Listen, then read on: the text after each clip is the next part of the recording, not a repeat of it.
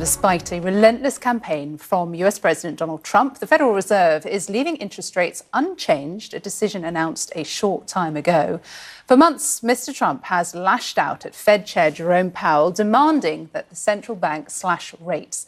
That feud was on full display last week when the two verbally sparred in front of cameras. But Jerome Powell is resisting. Here's what he said just a few minutes ago. The economy is not performing as though restrictive policy were holding it back inappropriately.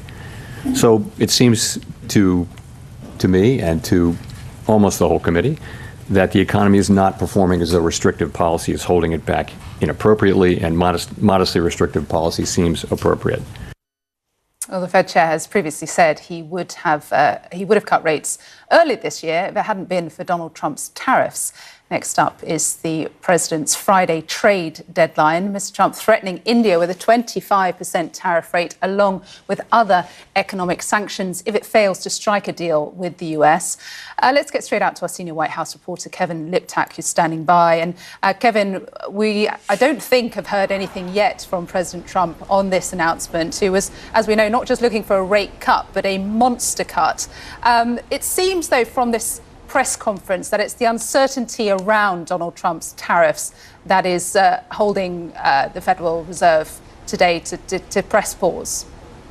Yeah, and actually we heard from the president before we knew officially that the Fed would hold rates steady, and he continued his calls on Powell to cut the rates, but also said that he anticipated a rate cut come September. And so the president's still very much of the view that Powell and the Fed should cut rates in a bid to sort of unleash the American economy in a way that he views that it's been throttled. But as you mentioned, this tariff situation still continues apace, and the big news that we got from the president today was his determination of imposing a 25% tariff on India, as trade negotiations with that country have proven frustratingly difficult for the president. You know, you heard him today say that the Prime Minister Narendra Modi was a friend of his, but that he was being very tough in these talks to try and ease the trade deficit that the U.S. sustains with India. President Trump has previously called Modi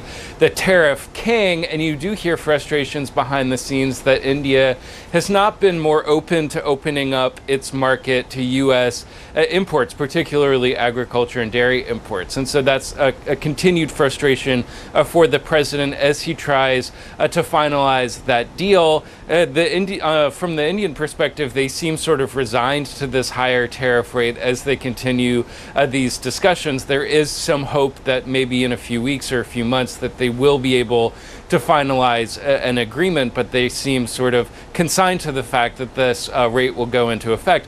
On the second part of what the president did, which was to say that India would face a penalty for continuing to import Russian fuel, we have not gotten a great amount of specifics on what exactly that will mean. You know, the president has threatened in the past what he calls these secondary tariffs on importers of Russian fuel as punishment to Moscow for continuing its war in Ukraine. But we don't, for example, have a rate on what exactly that means. But certainly the president seems very intent on following through on some of these steps that he says are necessary to sort of punish Russia for its continued aggression in Ukraine. We also heard from the president on the continued trade talks with China, and you'll remember that the Treasury Secretary Scott Bessent was in Stockholm for the last couple of days talking with Chinese officials as that trade negotiation also continues apace. The decision in front of President Trump right now is whether to delay the tariffs on China. They're set to go into effect on August 12th, but there is some thought that he will perhaps push them off as these trade negotiations continue. The president said today that those discussions were going very well. So it seems as if he is at least of the mind that potentially the tariffs could potentially be delayed as he works to continue and try and rebalance the world's largest trading relationship between the U.S. and China. And in just the last few minutes, we've seen Donald Trump announcing additional tariffs on Brazil as well. Kevin, this coming after today, he has been recommitting to that August the 1st deadline. But what are the chances that the White House are going to be able to meet that deadline?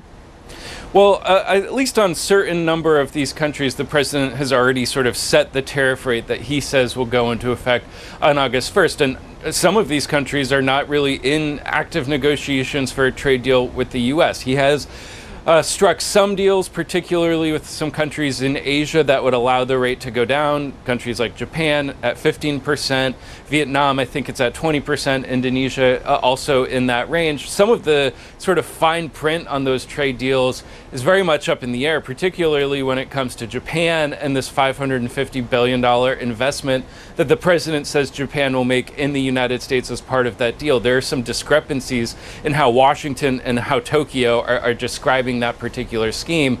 When it comes to Brazil, this is sort of a unique case because the U.S. actually has a trade surplus with Brazil. It's not a matter of trying to rebalance the trade relations. And in fact, in the order that the president signed today, he said very explicitly that this new tariff, he has raised it to now 50% tariff on Brazil, comes down to, in part, what he calls political persecution against the former president, Jair Bolsonaro. The president says that it's drummed up prosecutions against the former leader there that is leading to these new tariffs, sort of putting it aside from the trade relationship altogether. And so you do see the ways that the president is using these tariffs not only to rebalance U.S.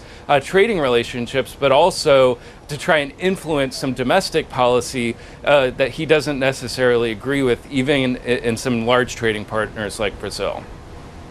Yeah, as you mentioned there, an example of that with India, as you were saying, those secondary sanctions threatened earlier today. Kevin Liptak, for now, thank you.